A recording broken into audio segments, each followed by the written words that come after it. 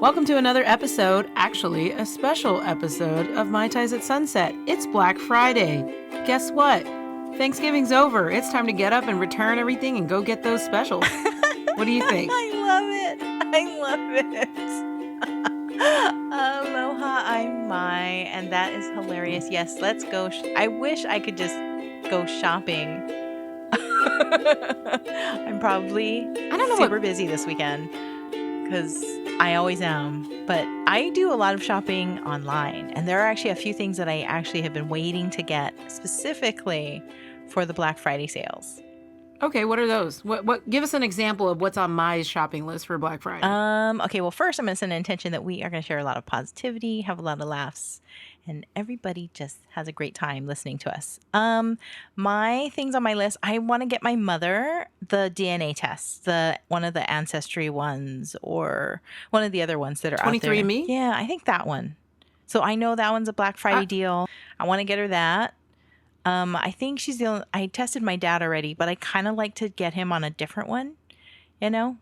Get your parents all tested up and as much genealogy stuff. Tested up, she said. Yeah. Get them tested up. Because it's different from different providers. Different providers have different algorithms for their DNA testing. So it's kind of neat to have more things. It just answers a lot of questions like, where in the world did we come from? I think I want to do something like that. I've been looking at 23andMe with the full health panel as well. Mm-hmm. And I think one of the reasons is my brother doesn't think that we're completely 100% Chinese, even though 4 generations ago we did identify as Chinese. Mm-hmm. But I think there's a mix of Mongolian in us because we're not necessarily like the typical mainland China look as far as our family structure. So it'd be interesting to take a look at that because my great-grandfather was over 7 feet tall. So I actually have a picture of them.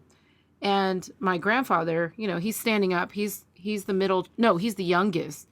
And my grandfather's brother was 7'4". And then my grandfather's dad is sitting down in a chair because he's super, super tall. And I can just tell... They're very thin, and which I wish I was thin and wiry like they were. Very thin, but I saw my great grandmother, and she's also tall too. She's sitting down, and she's almost reaching the height of my great grandfather. So I was like, wow, I would really like to know because I think 70 to 80% of the males on Earth are somehow related to Genghis Khan. Oh yeah. Did you notice that? Did you know that? I did know that fact. Because of how much he spread his seed everywhere. Yes. Yeah. Not a nice way, I think he did. Somewhere in there. No, but that was his whole intention was to take over. Yeah. One way or another. I think well, let's not get into that. I also wanted to That's a great Christmas gift though. Yeah. That is a great Black Friday deal. Yeah. 23andMe, sponsor us. It's also the time to I know that Super Bowl is usually around the time everybody wants to buy televisions, and I have a TV that is dying, and so I kind of want to get a new one, but I'm trying to wait for the Super Bowl deals. So that's still a little bit away, but they're starting to happen. You're starting to see them. There's still inventory problems, I think, with the chips and stuff. So hopefully that's already starting to be made elsewhere. I want to make a promotional pitch to you. Amazon just came out with their own brand of TV.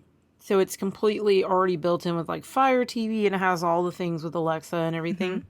It's not a bad deal. 43-inch was $399 for their best version. And I think a 65 was maybe around $799 or something like that. Don't quote me on that. But there's 2 versions of it. There's a lesser version and there's a bigger version. No, I would. So you should look into that too. I totally want to look into that. I didn't know that Amazon was making their own television. And I think it's actually a pretty good deal for the quality that you're going to get. Yeah. Other things that I look for around Black Friday are computer parts. Trying very hard to expand my server because when we do recordings like this and then I do video recordings and I need all this memory to do editing, and we've already filled up our Google Drive. So I need to still empty, get all the stuff off, and I'm trying to make room on my server to store it. So you're getting a 23andMe kit. You're going to try to maybe browse some TVs. Now, what size are you looking at here? At least, well, right now I'm replacing like a 48-inch TV, and I think I'd like to go just a little bit bigger than that, but not too big. 55. Yeah, something around there would probably be all right. Costco has some good deals. I don't know. You'd have to strap it to your pickup truck. They do. They have good deals. And Costco has a 100% return policy. Warranty. So does Amazon, actually. We've bought sometimes they charge a restocking fee. Yeah, we've been hit with that. But Best Buy does price match. So, and they're here locally, so I would also consider looking at them as well. Yeah, what would you get for Black Friday? What kind of things are on your list? Well, I've already been perusing Amazon for Black Friday deals. What am I going to buy? Now you really put me on the spot. Well, I again stress the importance of sleep, and especially as gift giving, cervical pillow or the memory foam pillow, anything to like cradle your neck in the best position that you like to sleep in. I feel like I'm being hugged when I use my cervical neck pillow. So I'm totally there with you. My dogs like to use it as a sleeping pillow as well. Like they'll put their head on it next to me and I'm like, this is too close. Black Friday deals. Let's see. I'm thinking about my new house. Storage. No. Storage is great, but it's funny because you buy like storage and organization and yet you don't have the space for it. Like I bought all these like cubes, you know, those collapsible cubes. Yeah. Very cute. They fit on the shelves. They look really great, but I'm like, what do I put in here without making it cluttery? Yeah. I was thinking about it and I have literally bought almost everything from my house. So the only thing I can think of is maybe buying more air purifier, like one more air purifier for the other side of the house. I really like those, but I already have like 3 or 4 of them. They were really useful when there was like a lot of, like the air quality is really bad. So I'm looking at this company called Levoit and they actually have like really good ones. So I'm looking at that. I'm looking at some dog harnesses and like new upgraded like outfits for the dogs, like little sweaters and stuff. So that sometimes goes on like Black Friday sales. But I really was like looking and I don't really need a lot. Because remember we were talking about like downsizing and like being more responsible about purchases? Yep. I think that's what I need to do. Yeah, I know. I have way too much stuff. I'm trying not to clutter and it's so hard. Yeah. We were talking earlier and like I literally bought like a mountain of these things to slide under your bed. Yeah. They're full. I have like one more slot under all the beds that are in my house. So I have to be like selective of what's going in there.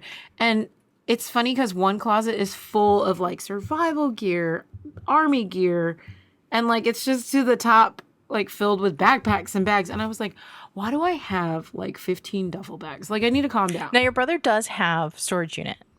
What is that like if you were to put something in there? Because when I think of storage units, they're metal boxes and they're going to be exposed to the elements. There's no climate control in there. Right. How do things fare? So the only thing, they do okay. I would say don't put like sheets and towels and stuff. Things that could mold out there. But because we're moving into a cooler season, it's actually okay. I have like these waterproof sealed bags. And so I have like towels and sheets like in my garage area, which is fine because it's in a sealed bag. Yeah. You know, during the summer, I wouldn't put those in that storage. I'll move them. So what I would put in storage is like duffel bags, suitcases, you know, things that are not going to really matter if it's waterproof. These storage containers are waterproof, but I would be putting in there things that I don't care about that are going to be exposed to like extreme heat. Yeah. So we were talking earlier and I was organizing and everything. You asked me, do I change out my wardrobe for the seasons? Yes. And I'm going to say yes, because I've lived in areas where we have seasonal changes. And then I, in turn, stupidly asked you, do you change your wardrobe as the seasons change. You're like, no, No. never. Okay, there is one thing I do. I have Lucky bitch. I have 3 jackets. So one I call my Sherpa jacket, which is just a hoodie with the faux Sherpa lining, I guess, sheep lining. And then I have like a sweater that I wear out in public. And then I have another one that is a blue velour looking jacket that is like just to wear when it's kind of cool, but not freezing cold where I need to use the thicker hoodie. That's my winter wardrobe add-ons. And that's all I got. I wish that we had like one consistent sort of temperature here in Texas so that I could just have like the basics. There were people that I met throughout my like moves and everything. They had like a basic wardrobe. So they only had like 10 or 15 items that they would just mix and match. And I was like, wouldn't people realize like you're wearing the same thing over and over again? And they're like, well, you accessorize. And I'm like, I would notice. So I said, so what do you do like when you need to change out your basics? And they were like, oh, I would go to these stores that just specialize in like basic clothing that you could just mix and match and everything looks great. And I was like, I don't know if I could do that because I like color, Mm-hmm. Well, usually you have like my aunt when I was younger told me always buy if you're going to make an investment in a expensive clothing piece like outerwear or your pants or your solids, she said always do them in a classic style that is timeless. And then, you buy seasonal things that are popular, trendy like Ugg things, boots, but just a few pieces which I can't wear here, but it's crazy. I keep wanting them. They do wear them they there. Do, and it's crazy. All it does is your feet would be sweaty. Let me be honest. You'd have sweaty feet, and then the Uggs would just smell really bad. Yep. But there's people who have them. I know. Okay. And they don't change out the liner. It's gross. So that's it for my winter attire. 3 sweaters. Sometimes I will pull out like extra socks to wear on my feet in my house because I'm usually barefoot the whole time. I do have really nice boots and I barely wear them. There's a very brief amount of time that I wear them in the winter. You just got to travel. You got to travel to a place where it's cold. I know. You got to do it. That's why I have winter gear is specifically for travel. When I was a teenager and I went on my first trip to the East Coast, I had a friend whose mom, she goes, my mom has this really thick winter coat. And it was like a ski jacket, a puffy white ski jacket. And she goes, yeah, why don't you just borrow this? And I was so worried because it was white. And she's like, you're going to need it. You're going to be cold. And she doesn't wear it here in Hawaii. So she sent me off with this white jacket. I took her jacket all the way to the East Coast and back. And it was really warm. I bet. And I gave it back to her spotless. I didn't eat or drink anything. Oh, you dry cleaned it when you gave it back. Yeah, that's so nice. I gave it back to her spotless. It's like, thank you for letting it did save my life. What is your favorite thing to make with leftovers from Thanksgiving? Sandwiches. What is your favorite Thanksgiving leftover sandwich? Build it for us. I do like a dark turkey meat, American cheese, usually Kraft, a little bit of like cranberry sauce, and maybe like smush on a little bit of mashed potatoes for, just kind of like texture / creaminess because it can be dry. And then I just try to shove the whole thing in my mouth. Okay, so my favorite is also a sandwich. And so our favorite is you have to have white bread. And then we put mayonnaise. It has to be Best Foods in our house. And then we do cranberry sauce next. And then I actually like the drier turkey breast, like the white meat. But dark meat's fine too. White meat? What? Just because it is dry and the mayonnaise plus the cranberry sauce is killer with that. And that's it. Maybe lettuce and tomato if you have it, but it doesn't even need it. Just that. I know. I just love leftovers. Like a good old reheated garlic mashed potato or some sweet potatoes. My sister-in-law makes the best apple pie and pumpkin pie. Like Is it some drool coming out? for those of you who were not there and were wondering what that silence was, Miley basically just saw me go into food coma. The memories. You looked The concerned memories. for a minute when I opened my eyes. I was just like, eh. Is it's is it cold now? Is it really cold? No, it's actually been hot, but a cold front comes tomorrow, so it'll be cooler. So I'm excited about that. Do you see two little ears? I do see just the tips of these two little dog ears sitting on your lap. Oh, dog love. They're the best. They are the They're the best. I best. haven't seen them for a few days. Actually, for a week. I haven't seen them for a week. And my parents were taking care of them for a little bit while I work on the land. And I came home, and the first thing they wanted to do was go to my old room and lay down on the bed and go to sleep. Like, they just all wanted to sleep. What is wrong with you, you mugget? Anyway, so we took a 30-minute routine. nap. Yeah, they did. I wonder if they have this routine going when you're not there. I don't think so. The other night was kind of funny. My dog, my Christmas tree is decorated. And I had spent this one evening decorating my tree. And my dog is on such a routine that she knew we go upstairs and we go to my living room and we'll sit on the couch together and we watch a little bit of TV before we go to bed. Yeah. And I was just concentrating on getting my tree all nice and decorated. So she left me. She went up to the couch without me. There's no TV. Nobody was going to sit there and watch TV with her. So sad. My other family members were doing other things all by themselves. And so I finally go upstairs because I hear her go towards the top of the stairs and she starts like squealing so loudly. And so I go and check and there she is at the top of the stairs staring me down. Like, why aren't you up here next to me? There's a routine. And I totally broke protocol. Yeah. So like, what are you doing? I had to literally finish quickly and then get upstairs. And then I sat with her on the couch for a good 10 minutes, which I guess she appreciated it. And then I said, is it time because then it was bedtime. By the time I got up there, it was late. So I was like, okay, let's go. And so she sleeps in my daughter's room. Yeah. So I take her to my daughter's room and I'm like, okay, now it's time for bed. I just totally messed it up. But I've been making it up to her the rest of the week. We have been on our routine. On schedule. Because I don't want to make her mad.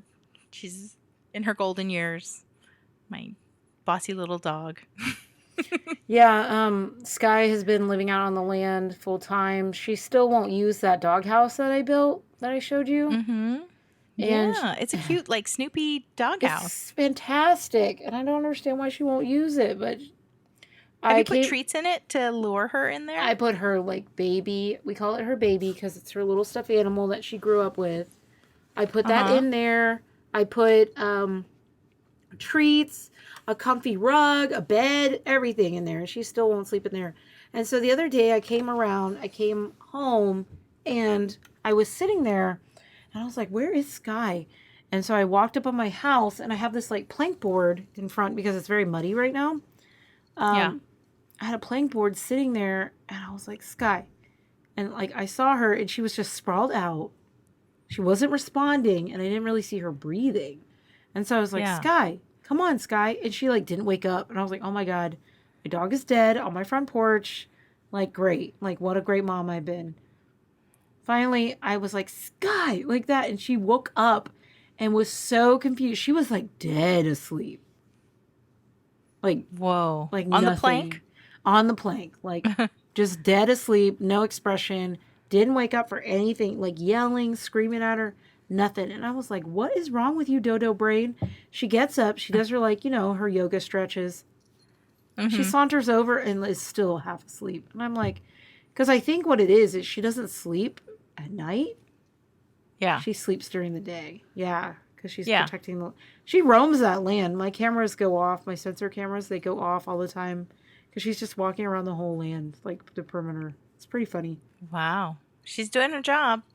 That is why She's you very feed her. protective. Yeah. Yeah, she doesn't eat as much out on the land, and she's lost a lot of weight. So She's busy. very busy. Yeah, she got her new army vest. So she's looking tactical. I'll send you a picture of that. She looks cute. I have been watching this show called Silicon Valley. It's been on HBO forever, but it took me a long time to get around to watching it. And I was a little nervous that I wouldn't understand it because I knew it was all about IT and tech and stuff like that. And so I would pause and I would text my daughter and I would say, what does this mean?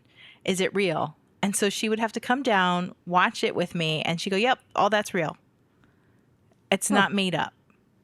And so I started watching it, and it's really, really funny. And I'm on this, I'm on season 4, I think, of 6. There's 6 seasons. And there was this whole section where they're like, they use this metaphor, like we should sell our company for all these millions of dollars because we're basically a sinking ship, and to sell would be like going to Hawaii. Can we all go to Hawaii? And I thought, oh, that's so nice. And they use that little metaphor for for at least 1 or 2 episodes. And they're like, yeah, we all want to go to Hawaii. Or they all want to go to Hawaii. Everybody always wants to go to Hawaii. Do you? I do. I don't think I would stay there ever again, but I wouldn't mind visiting for a while. What is, from living on the mainland again, what is the attraction? Can you tell me what it is about Hawaii that everybody wants to come see? Because to me, it doesn't matter where you are. Hawaii is the same. It's just the backdrop is different. I think the appeal is like how much Hollywood and the media like drum up how beautiful Hawaii is, and it is. Like, the oceans are nice. Don't you think our entire planet is quite beautiful? It is, but there's something about the allure of Hawaii, right? Tropical drinks, sitting on the beach, not doing anything. But what they fail to show is the crime, the sex trafficking, the corruption, the the monopolies that control. I think they leave that for those drama shows like Hawaii NCIS? 5-0 and NCIS. I mean, I heard the new NCIS Hawaii is bombing. Like, they're probably going to cancel it because it's just not good. The characters are not good. Well, then they have to improve their writing. They have to get better writers, pay them more. I don't know. Well, they're just rewriting what they're just basically copying Hawaii 5-0. Oh, that might be why nobody wants to watch it. Well, Vanessa Lachey, no offense, is not Hawaiian. And neither are most of the cast members are not from Hawaii. And they don't, they try to speak pidgin and it doesn't work. Oh, that could be it. I haven't been able to watch it. Just because I know what it's like when from my point of view, watching these shows based here, it's a little cringy. Cringy, yeah. Chuggy, I mean, cringy. When you watch shows based in Texas, do you cringe? Yeah, like 911 Lone Star or Walker, Texas Ranger, the new one. The original one's good because it's Chuck Norris, and Chuck Norris is Chuck Norris. But yeah, they're cringy because they're like, Austin. Austin's so great. Austin has no traffic. Austin has no homelessness. And I'm like, what Austin are you living in? The opposite of what I described. Like, it's busy. It's got a lot of homelessness. The cost of living is very high. I thought Austin was supposed to be like the really cool liberal part of Texas. No. Not at all? There's always going to be that conservative bunch that is ultra wealthy and old money versus the tech liberals, right? Because there's a lot of tech companies that are out there. But the thing with Texas is old oil money and gas and stuff like that still rules, Mm-hmm. There's a lot of those people here in Hawaii. I've met a few. Yeah. Oil and gas? Yeah. That's like their second home is Hawaii. Yeah. Or they have multiple. Yeah. They just have multiple, even in the same neighborhood. Just because they want to buy out their neighbors. It's crazy. That is crazy. To just, like, they knock on the door and they've got cash. They're like, I would like to buy your house. Wow. Have you seen I've heard several stories about that. Wow. Being in real estate, I've heard several stories about exactly that. So here's my question. You got bags of money, right? Uh-huh. You go up somebody and buy their home in cash. And I give you my keys and I walk out the door. Don't you still have to pay taxes on the cash money that you just got? Everything has to still be recorded some way. Documents have to actually be signed. You need attorneys and things like that. That's what escrow companies are for. I have not seen enough like actual cash purchases. I've only heard of like one from an escrow company where a client literally showed up with that much cash. That was when houses were a lot cheaper. Now you're talking millions of dollars that they would have to show up. It's really hard to carry large duffel bags of money without being noticed. Yeah, money is heavy. Cash, it's paper. And that much paper is heavy. Let's just say, as lovely as money is, it's heavy. You really just want it all digital in your bank account and use your little lightweight plastic credit card. Do you ever wonder, like, what would happen if everything failed and all that digital cash, your your balance just went to zero? Like, what would you do? So that question's been posed to me before. Not identity theft, but like no, like the economy crashed and nobody was accepting money because it's just pieces of paper, and it would be considered worthless because governments, whatever, failed, and now their money is worthless, right? Right. Because it's just paper. So the person that I had this very long, in-depth conversation, and the answer was going back to what is always going to be valuable. And we came up with minerals, gold, jewels. You just go back to the basics, things that you can provide, food. It would just become trading, like what you have. Commodities. Assets. Yep. Although you have this very interesting cheetah statue that I don't know what that's going to be valued for if the world, I don't know, maybe you could get a bag of flour for it from somebody who really fell in love with it. No. Maybe a bag of rice. I mean, you have to think about the things that you have and you look around and you go, can I really trade that for something else? Like if I needed to. And it's kind of a worry on our little island. We are isolated and we are highly dependent for everything. Yeah. Fuel, food, it's all shipped in. And with the craziness of the shipping industry and I don't even know if that's, I'm afraid to look. I don't even know if they've got it all sorted out yet. How much is gas right now? Oh, it's like $4.23, I think. Oh, that's cheaper than California. Yeah, but they have a whole bunch of new taxes that they just added. Who? California. Yeah, so Hawaii is so dependent on everything being shipped in that if our money became worthless, I'd have to honestly go, well, what can I trade? What do I have that's valuable? And Ginger. What does somebody else have? Oh, no. She's family. I can't trade people. She's our furry people human. She's our furry human. Did she look at you when you said that? She's like, don't trade me, bitch. Nope. She's totally sleepy. No. She's always sleepy. I don't know. I'd have to plants. You know, Miley. You'd have to like start making things. Yeah, I have a lot of plants. Yeah, you could trade some plants. You need to make edible plants. That's what you need to do.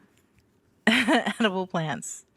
My neighbors have the most gorgeous papaya tree that it's like right up against my property. Yeah. And my mom, I should say, my mom just gave me new seeds for rainbow papaya. So I'm going to be growing that really soon. Yum. Yeah. I don't know why you never let me just take fruit that is The conveniently over the wall. From the neighbors. Yeah, they don't care. You have to. It has to be given to you. The tree is giving it to me. I don't care about the person. The tree is just. You know what was so weird is one day I was sitting out by the tree, the mango tree, and I was looking at its fruit, and I said I would really love to have a mango. The next day, I went someplace, and a guy offered me a mango, like a friend at one of our paddling events. Oh, wow. He offered me a mango. And it was from his tree. And then all of a sudden it clicked and I saw the movie, the Avatar, you know, where all the trees are connected in the planet. And I was like, oh, this is it. This mango tree talked to his mango tree to bring an extra mango so he could give it to me. I like it. And then weirdly, the next few days, I kept getting offers for free mangoes from other people. So you just got to ask a tree.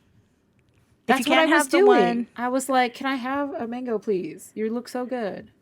You didn't ask the tree. You asked me to give you the skimmer pool thing to go and reach it. Like, you don't think they're going to see this big, giant pool skimmer coming over the wall for you to go? No, I think it would actually been mildly entertaining. And if TikTok existed when we were doing that, I'm pretty sure that would have been an epic TikTok. It's like stealing mangoes from your neighbor. No, there was in my neighborhood, I would see it when I would bike ride, people who have mango trees. And they would just collect their mangoes and they would put it out front in a basket or a box. And they don't do that anymore. You know why? Because mangoes are worth money now. No, they still do. Do they? They still do. Okay, yeah. Well, when I'm up there, I better get some mangoes. You better let me pick them from the box. You have to go early. But I know which houses I know where they are. Thanks for joining us for another episode of Mai Tais at Sunset. Please be sure to check us out at MaiTaisAtSunset.com, Facebook, Twitter, Instagram, and any other places you like to listen to your favorite podcasts. Also, check out all of Mai's wonderful videos of Hawaii and different hotspots because she is literally sending all of you out there little bits of Hawaii. So thank you, Mai, for all that. Oh, you are so welcome. Don't forget to check out our website. Your new blog post is up. And hopefully keep checking back on YouTube. I will have all of our recipe videos up that I have been trying to get through forever. So that should be around soon, I hope. Anyway, in the meantime, I wish everybody happy November, happy fall, happy winter. And until we meet again, ahui ho.